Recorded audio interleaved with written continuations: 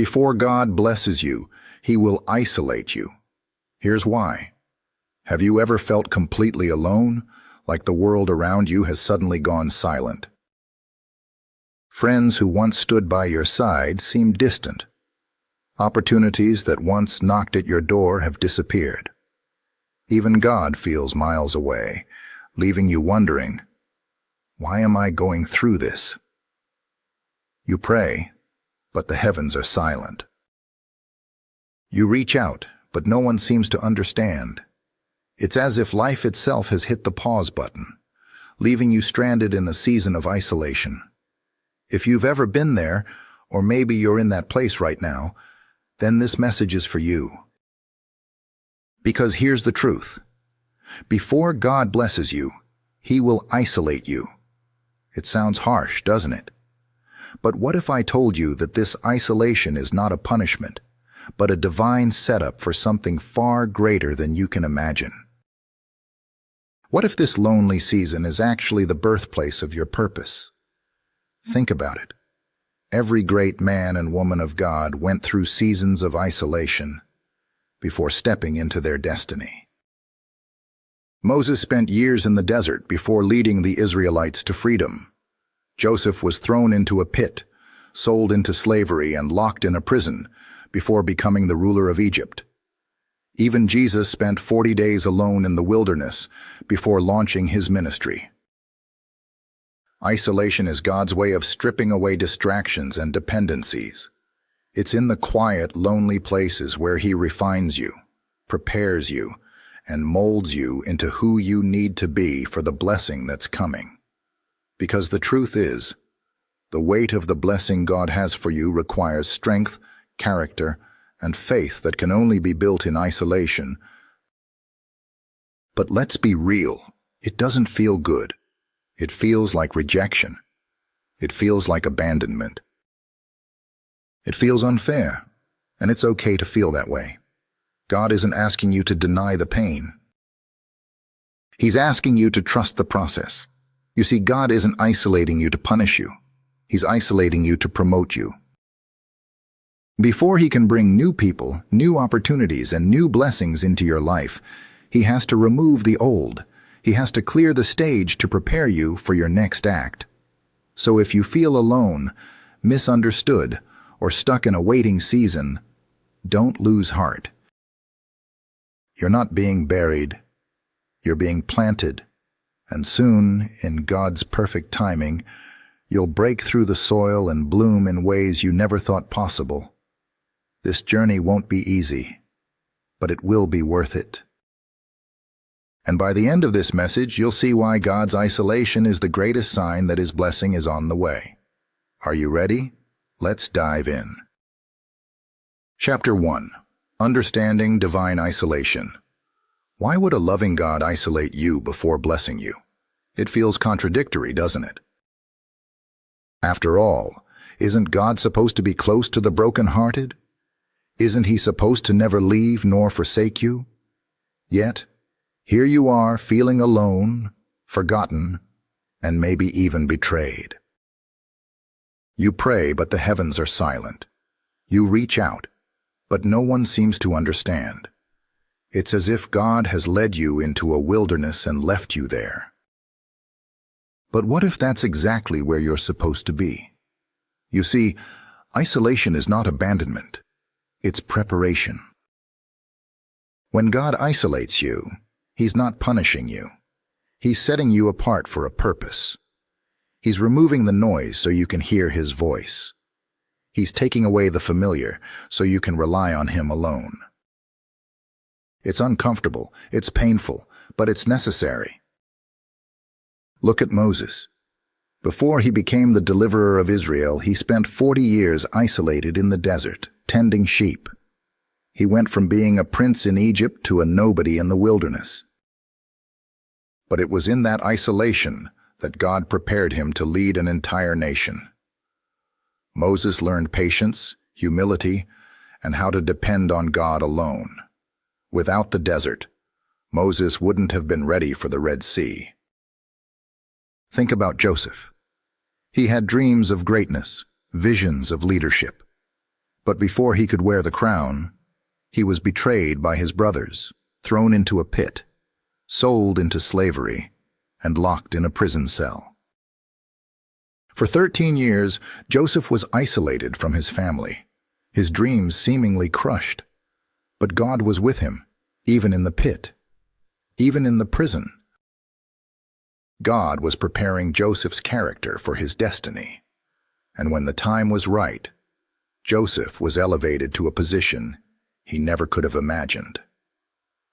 And then there's David, anointed to be king, yet sent back to the fields to tend sheep. He was isolated, forgotten by his own family. But in that isolation, David learned to worship. He learned to fight lions and bears, battles that prepared him for Goliath. It was in the wilderness that David became a man after God's own heart. Even Jesus wasn't exempt. Before he began his ministry, the Holy Spirit led him into the wilderness for 40 days, alone, tempted, hungry. Why? Because God was preparing him for the greatest calling the world has ever known. If Jesus needed isolation before his destiny, why would it be any different for you? Divine isolation is a pattern throughout Scripture. It's God's way of stripping away the old to make room for the new. It's His way of refining your character, deepening your faith, and preparing you for the weight of the blessing He's about to release. Because the truth is, not every blessing feels like a blessing at first. Sometimes it feels like a burden. Sometimes it feels like a battle. But if you can endure the isolation, you'll be ready for the elevation. So, why are you isolated? Because God is getting ready to use you. He's about to take you somewhere new, somewhere your old mindset, old habits, and old relationships can't go. He's separating you because the next season of your life requires a new version of you. And that transformation can only happen in isolation. This is why you can't be angry when people walk away. This is why you can't be bitter when doors close. It's not rejection. It's redirection. It's God clearing the path, removing the distractions, and setting you apart for a purpose that's bigger than you can imagine. You're not alone. You're being prepared. And if you can trust God through this, you'll see that the isolation was the birthplace of your destiny. Chapter 2. Isolation reveals true dependence on God. Have you ever noticed how easy it is to trust God when everything is going well? When the bills are paid, the friendships are thriving, and the path ahead is clear, faith feels effortless. But what about when God strips all of that away? What happens when the people you once relied on are no longer there? When the comfort and security you once had are gone? When you're left alone, face to face with nothing but silence? It's in this place of isolation that God teaches you the most valuable lesson you'll ever learn: how to depend on Him alone. When God isolates you, He removes every crutch, every false source of security, and every idol that you've leaned on for strength. It's not because He wants to see you struggle. It's because He wants to see you grow. God wants to be your source of strength, of peace, of provision, of wisdom. But as long as you have other things to lean on, you'll never fully lean on Him. Think about Elijah. He was God's prophet, speaking boldly to kings and nations. But after calling down fire from heaven, Elijah found himself isolated, hiding in a cave, fearing for his life. He felt abandoned, alone, ready to give up. But it was in that cave that God spoke to him, not through the wind, not through the earthquake, not through the fire, but through a still, small voice. In Elijah's isolation, God taught him how to hear his whisper. God does the same with us. In the noise of life, we're too distracted to hear his voice. We're too busy leaning on people, careers, money, and status. But in isolation, all of that is stripped away. It's just you and God.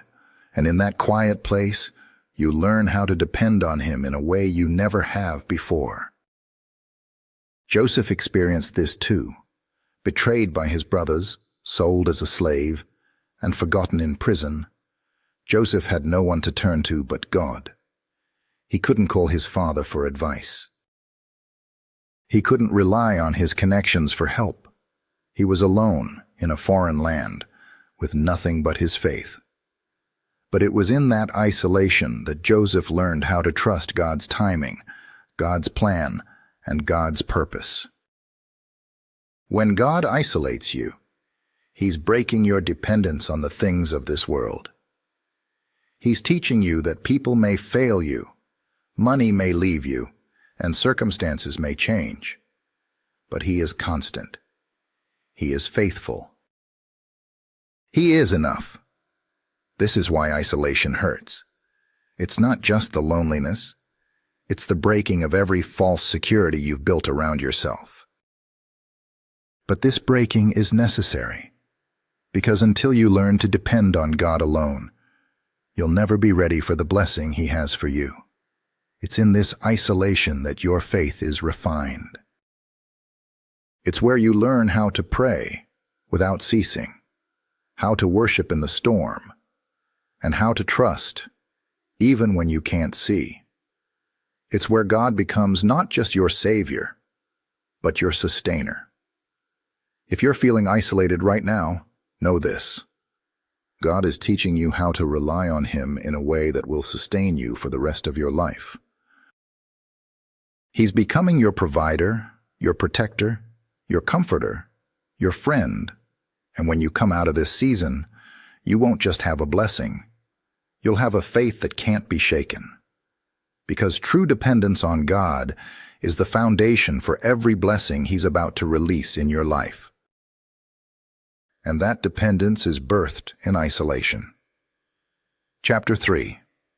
Isolation as a time of refinement and growth. Isolation is uncomfortable. It exposes you to yourself, your fears, your insecurities, your weaknesses. It's in these lonely moments that you're forced to confront the parts of yourself that you've been too busy to notice. The parts God wants to refine. You see, before God can bless you publicly, he must prepare you privately. And that preparation requires refinement. Just as gold is purified in fire, your character is purified in isolation. It's in the quietness, away from the applause and opinions of others, that God does his deepest work. Think about Moses. He spent 40 years in the desert, not as a prince, but as a shepherd. Imagine the humbling experience of going from a palace to the wilderness, from having servants to serving sheep. But it was in that desert that God stripped Moses of his pride, his impatience, and his fear. It was in isolation that Moses learned humility, patience, and leadership.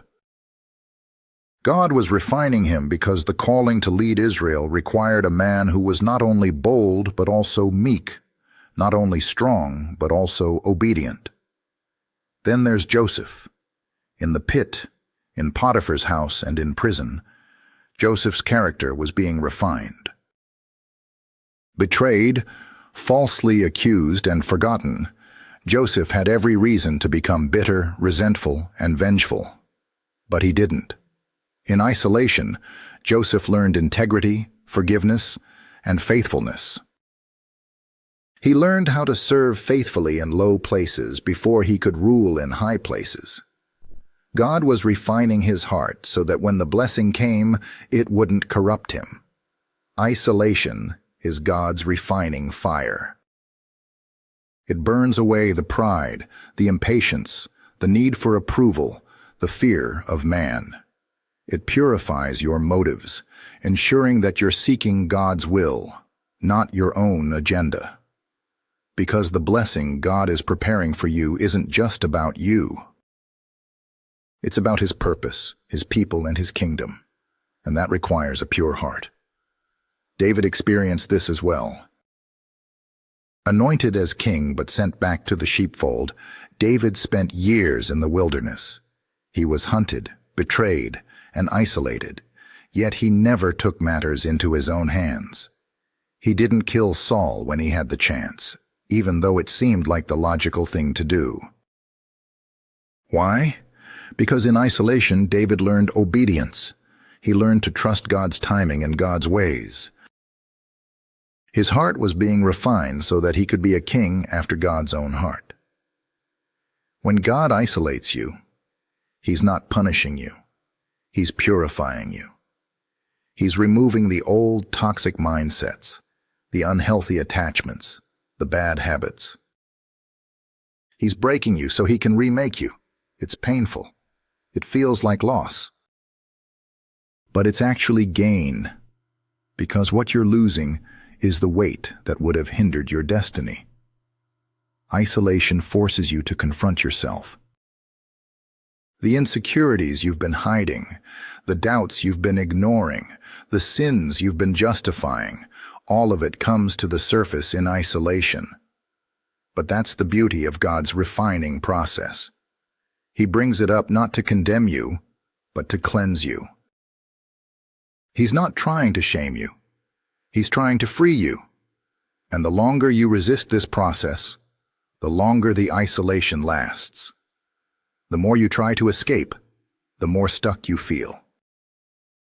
But when you surrender to the refining fire, when you let God break you down to build you back up, you come out stronger, purer, and ready for the blessing. So if you're feeling the heat of isolation right now, don't despise it. Embrace it. God is refining you because He's getting ready to release you.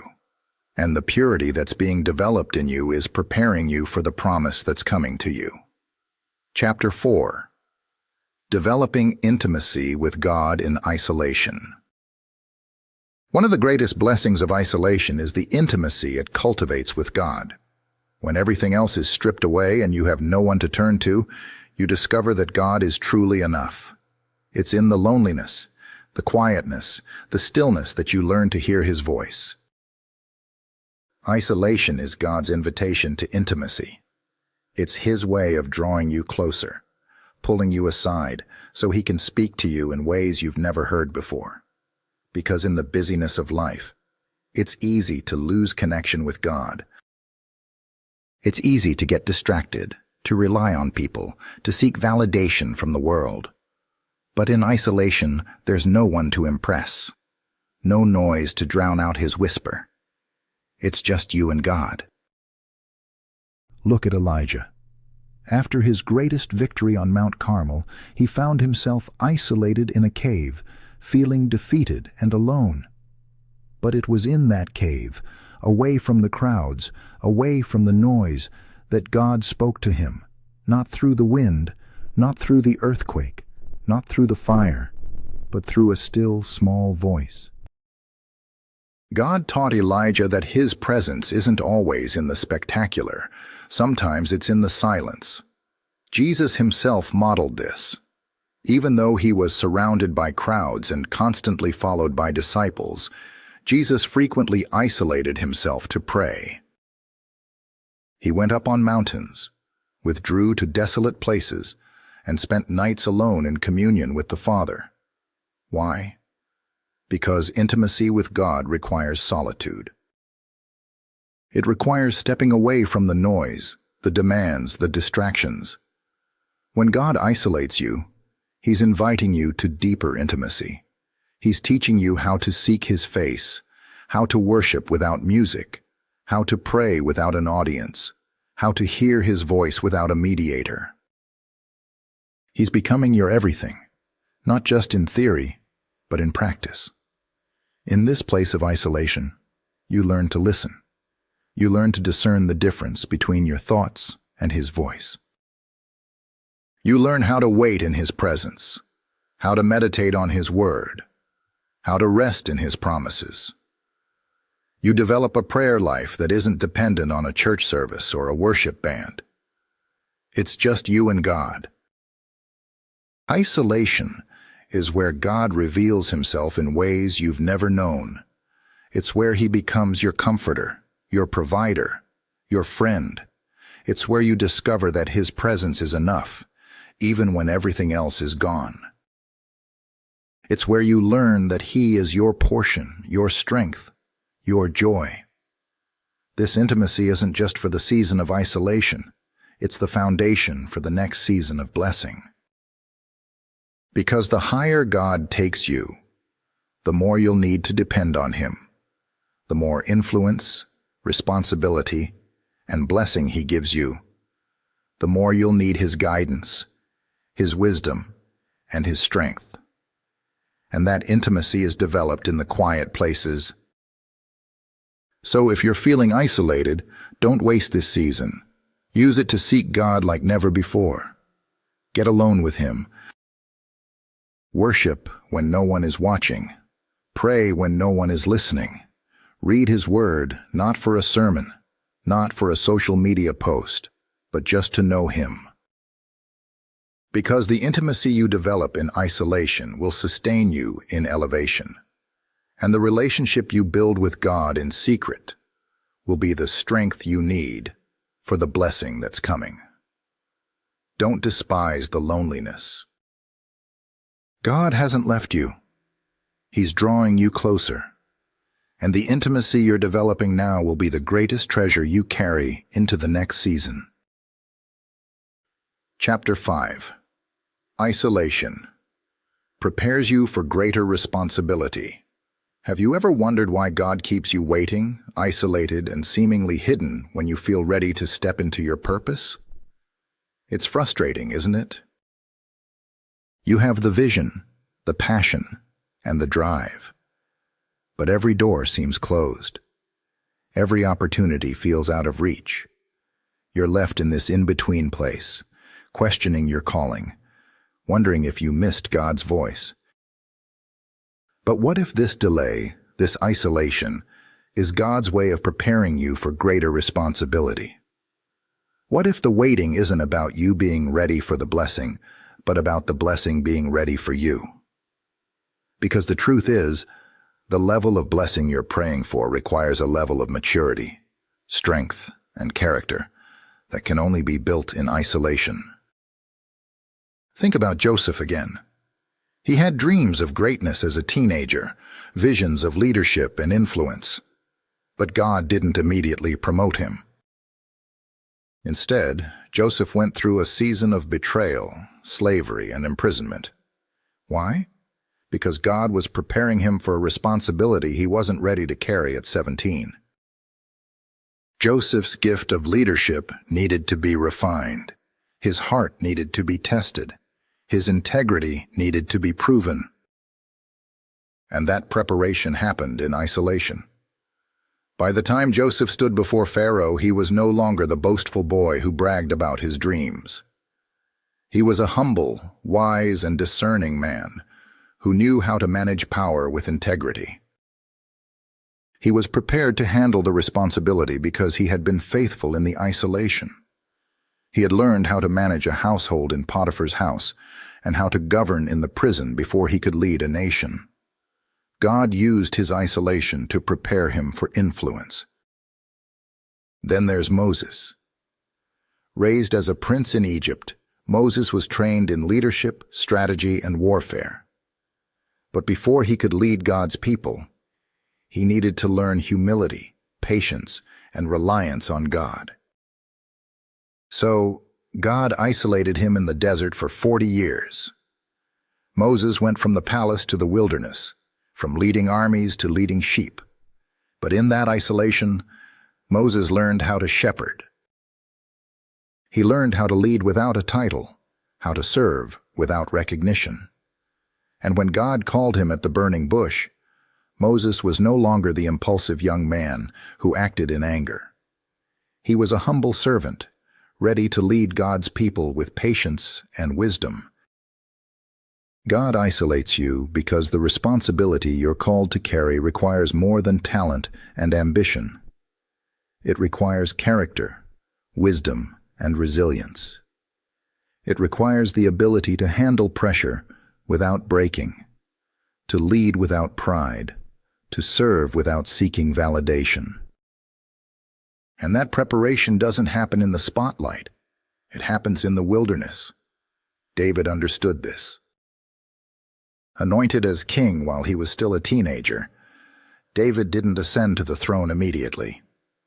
Instead, he was sent back to the sheepfold, isolated from his family and the palace. But in that isolation, David learned how to worship in secret. He learned how to fight lions and bears when no one was watching. He learned how to trust God's timing, how to honor authority even when it was unfair, and how to wait on God's promise without manipulating the process. By the time David became king, he was not just a warrior, but a worshiper. Not just a leader, but a man after God's own heart. His isolation prepared him for the responsibility of leading a nation. This is why God isolates you. Not because you're disqualified, but because you're chosen.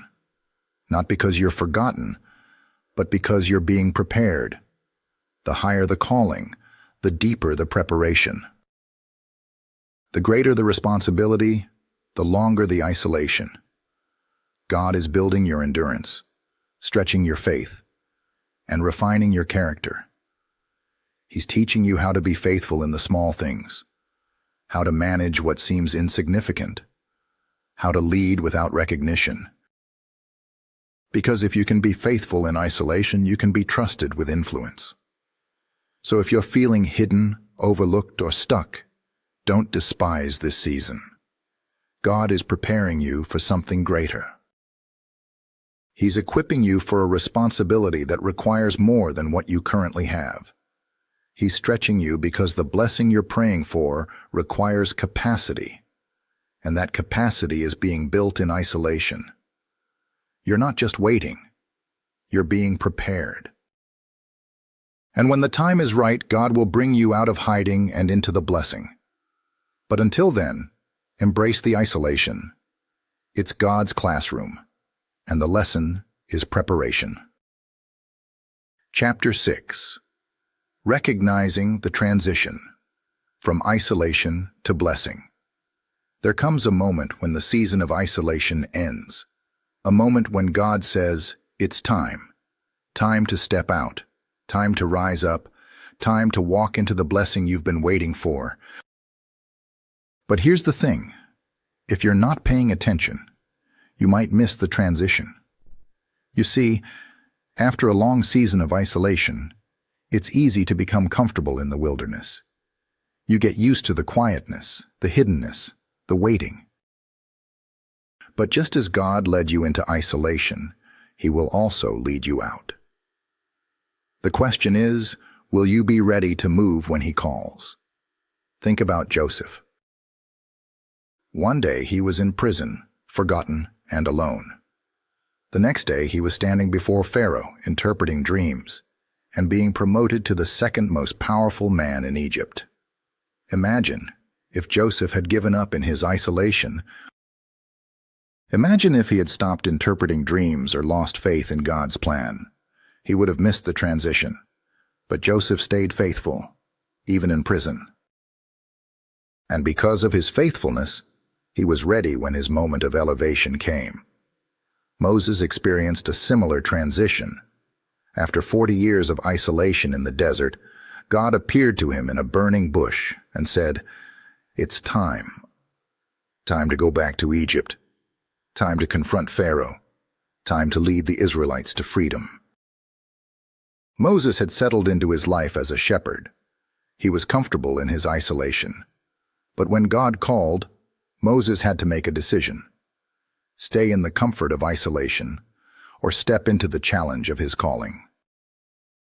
And then there's David. After years of hiding in caves, running from Saul, and living as a fugitive, The day finally came when Saul died, and the throne was vacant. David's season of isolation was over, and God said, "It's time." But David had to be willing to leave the wilderness and step into the palace. He had to let go of his past season to embrace his new assignment. Recognizing the transition requires discernment. It requires sensitivity to God's voice and a willingness to let go of the familiar. Sometimes the isolation becomes a comfort zone. You get used to the quiet, the solitude, the anonymity. But God didn't call you to stay hidden forever. The isolation was preparation, but the blessing is the destination. So how do you recognize the transition? It starts with prayer and discernment. Pay attention to the doors God is opening, the opportunities He's presenting, and the confirmations He's sending. Listen for His voice, even when it disrupts your routine. And when God says, "It's time," don't hesitate. Don't let fear, insecurity, or comfort hold you back. Step out in faith, knowing that the same God who sustained you in isolation is the same God who will elevate you in the blessing. You're not being released because you're ready. You're being released because God is ready to use you. And when He says, "It's time," nothing can stop the blessing that's coming. Your isolation was the setup. Your elevation is the reward. And this transition is the moment you've been praying for. Are you ready to step into it? Chapter 7. Stepping into the blessing after isolation. The season of isolation is over. The door has opened.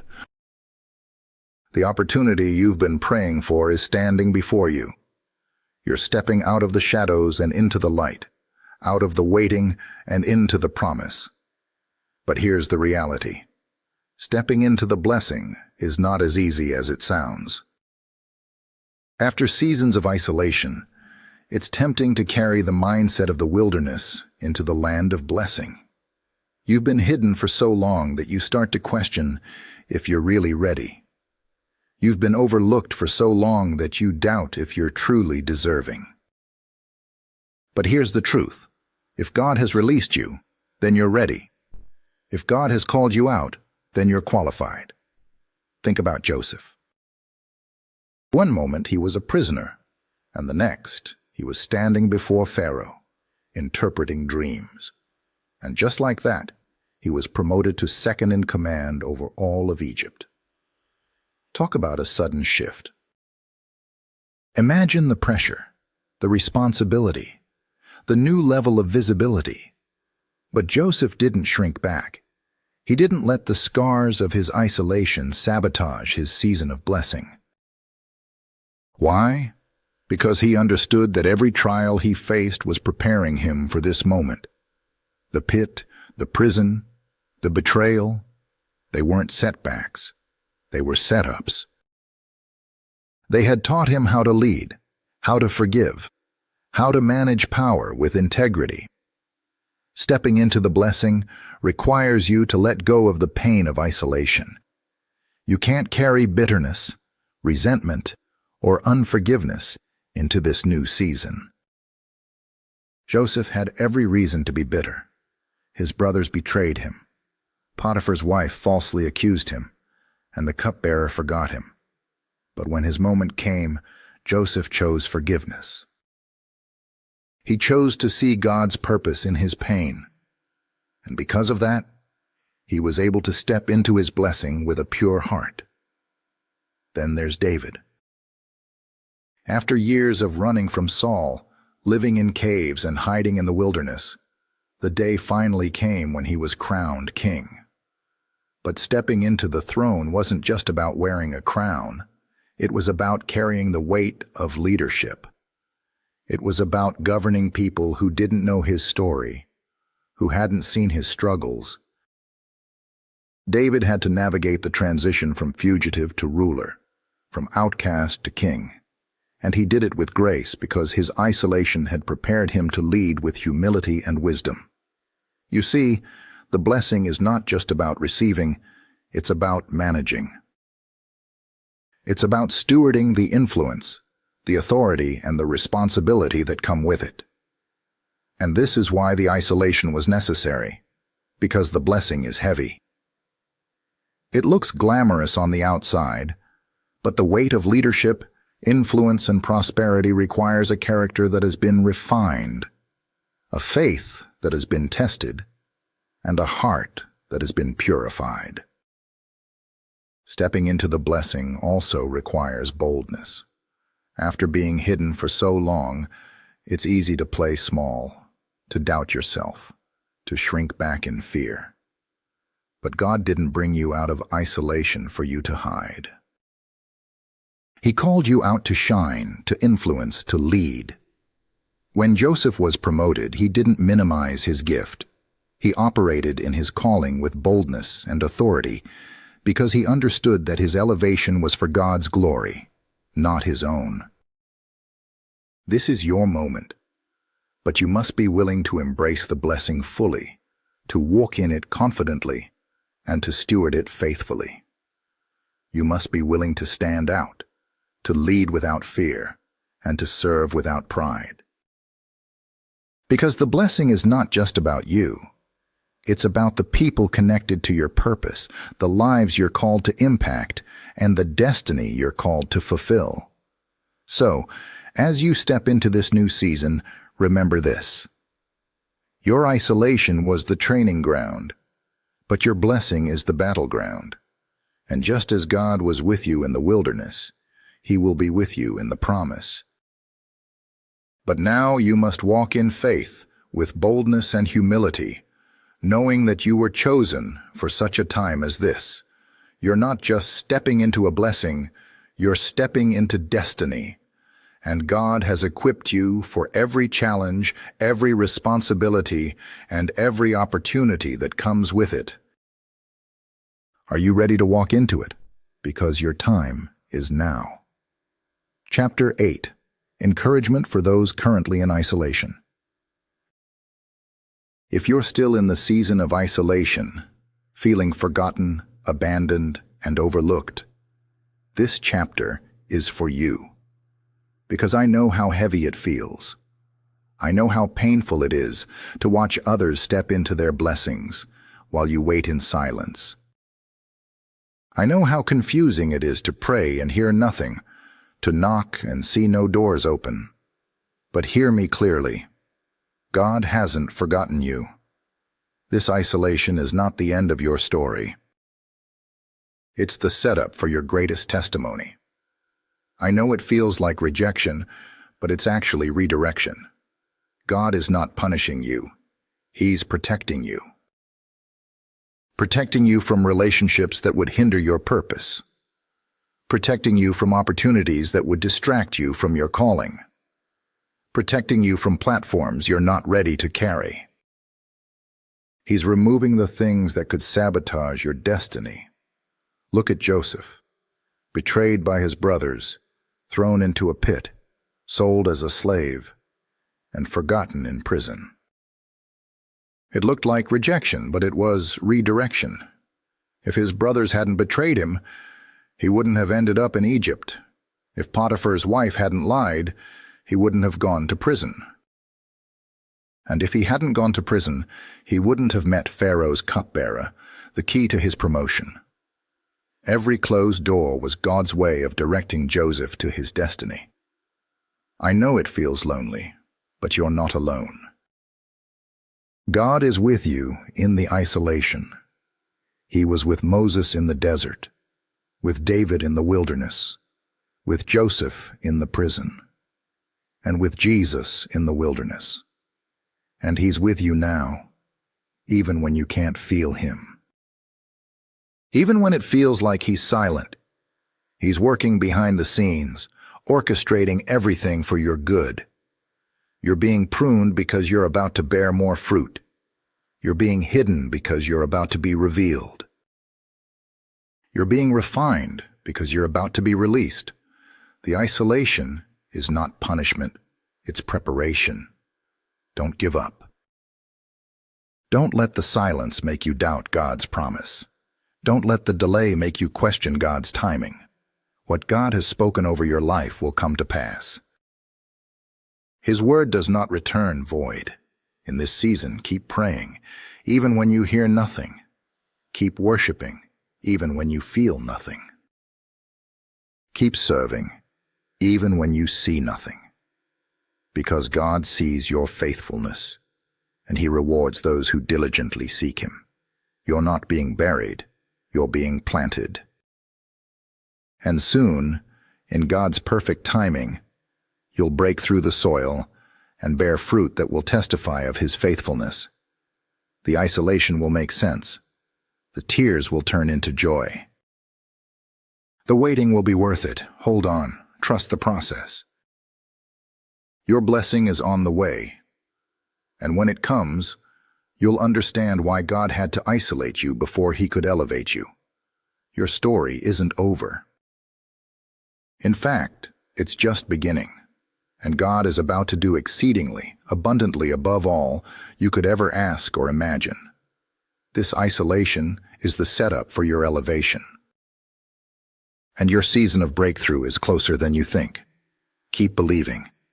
Keep hoping. Because your moment is coming. And when it does, you'll be ready for it. You've made it through the wilderness. You've endured the silence, the loneliness, and the waiting. You've wrestled with doubt, fought through discouragement, and held on to faith when it seemed easier to let go.